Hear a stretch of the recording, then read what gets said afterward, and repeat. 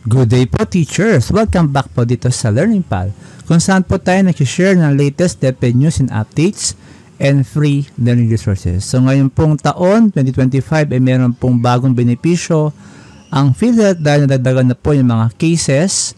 From 30% ay naging 50% na po yung mga nadagdag po na cases kung saan po meron pong dagdag na benepisyo. So samahan niyo po ako para po malaman po natin if ever na may mangyari po sa atin ng mga sakit at kasali po to sa bagong benepisyo ng PhilHealth.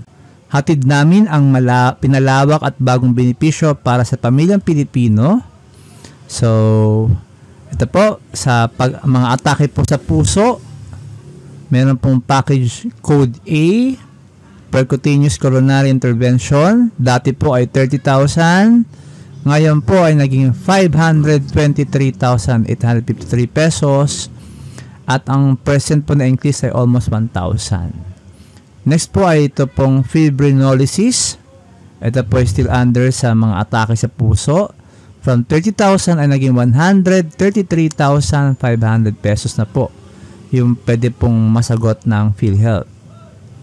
Then emergency medical services with coordinated referral.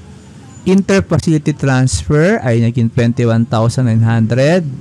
Cardiac rehabilitation ay 66,140 pesos.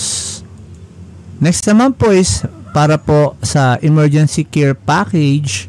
Pag po tayo ay nagpa-ER, ay epektibo po ngayong January 11, 2025.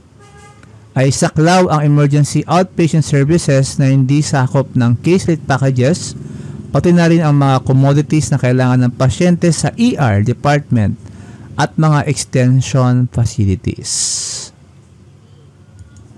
Next po is yung ating preventive oral health services package. So meron po tayong pwede ma-avail na 2 visits kada taon for mouth examination, oral screening, teeth cleaning, fluoride varnish application, pit and fissure sealant application, and root surface protection. Okay, so pasta po.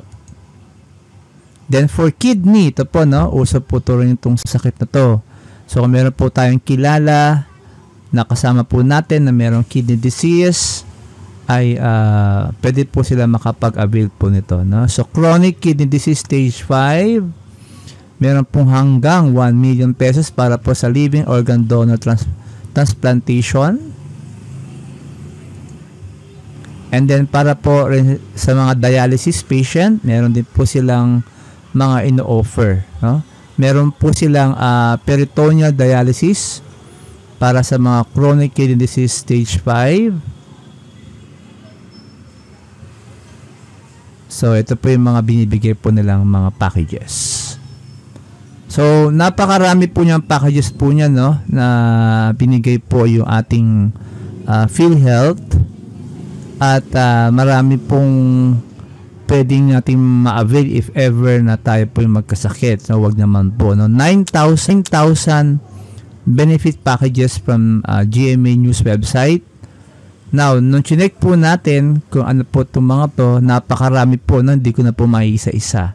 So, ilalagay ko na lang po sa description po ng video na to yung link para po ma-download po natin if ever na tayo magkasakit kung kasama po sa PhilHealth package. So, ito po yung circular na nilabas po ng PhilHealth about po sa bagong adjustment. No? 50% adjustment of select case rates. So, pag chinek po natin sa dulo, ayan na po, no, lalabas na po yung mga different sickness na nagbago po ang rates.